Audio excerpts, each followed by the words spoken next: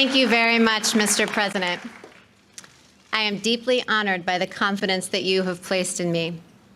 And I am so grateful to you and the First Lady, to the Vice President and the Second Lady, and to so many others here for your kindness on this rather overwhelming occasion. I fully understand that this is a momentous decision for a president. And if the Senate does me the honor of confirming me, I pledge to discharge the responsibilities of this job to the very best of my ability. I love the United States, and I love the United States Constitution. I am truly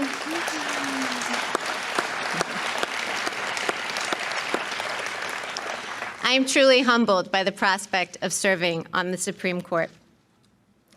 Should I be confirmed, I will be mindful of who came before me. The flag of the United States is still flying at half-staff in memory of Justice Ruth Bader Ginsburg to mark the end of a great American life. Justice Ginsburg began her career at a time when women were not welcome in the legal profession. But she not only broke glass ceilings, she smashed them. For that, she has won the admiration of women across the country and indeed all over the world. Yes.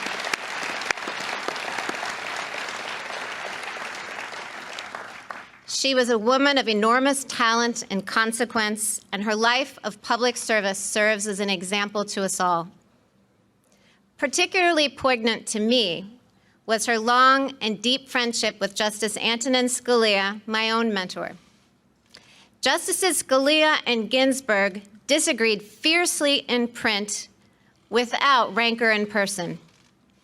Their ability to maintain a warm and rich friendship, despite their differences, even inspired an opera. These two great Americans demonstrated that arguments, even about matters of great consequence, need not destroy affection. In both my personal and professional relationships, I strive to meet that standard. I was lucky enough to clerk for Justice Scalia, and given his incalculable influence on my life, I am very moved to have members of the Scalia family here today, including his dear wife, Maureen. I clerked for Justice Scalia more than 20 years ago, but the lessons I learned still resonate. His judicial philosophy is mine too.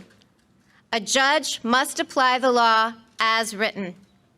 Judges are not policymakers, and they must be resolute in setting aside any policy views they might hold. The President has asked me to become the 9th Justice, and as it happens, I'm used to being in a group of 9, my family. Our family includes me, my husband Jesse, Emma, Vivian, Tess, John Peter, Liam, Juliet, and Benjamin. Vivian and John Peter, as the President said, were born in Haiti, and they came to us 5 years apart when they were very young. And the most revealing fact about Benjamin, our youngest, is that his brothers and sisters unreservedly identify him as their favorite sibling. Our children obviously make our life very full. While I am a judge, I'm better known back home as a room parent, carpool driver, and birthday party planner. When schools went remote last spring, I tried on another hat. Jesse and I became co-principals of the Barrett e-learning academy. And yes, the list of enrolled students was a very long one.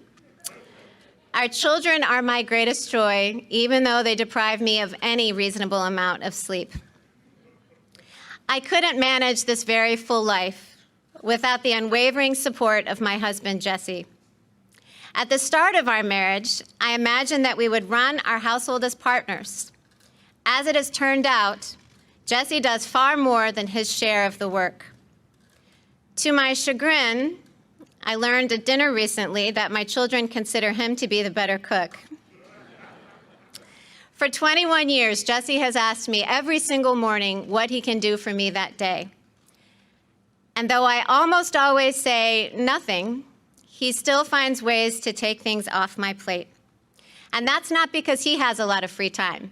he has a busy law practice. It's because he is a superb and generous husband, and I am very fortunate. Jesse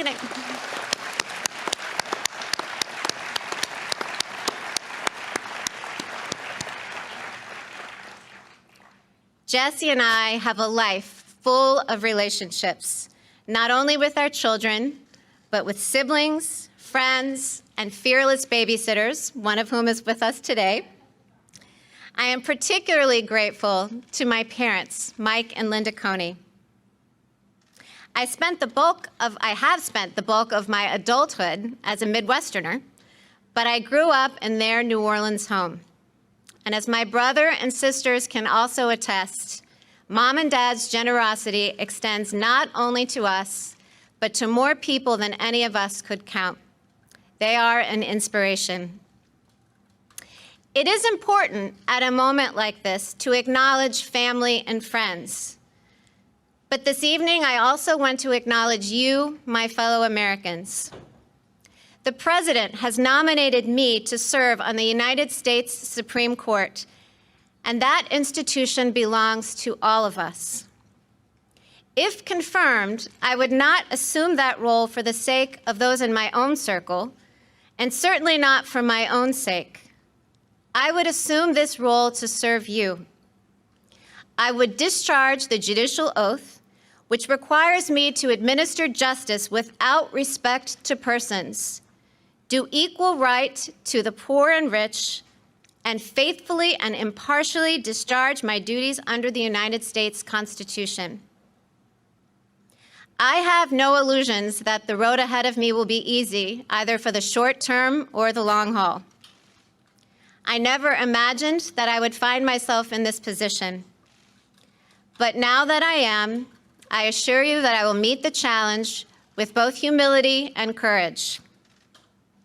Members of the United States Senate, I look forward to working with you during the confirmation process, and I will do my very best to demonstrate that I am worthy of your support. Thank you.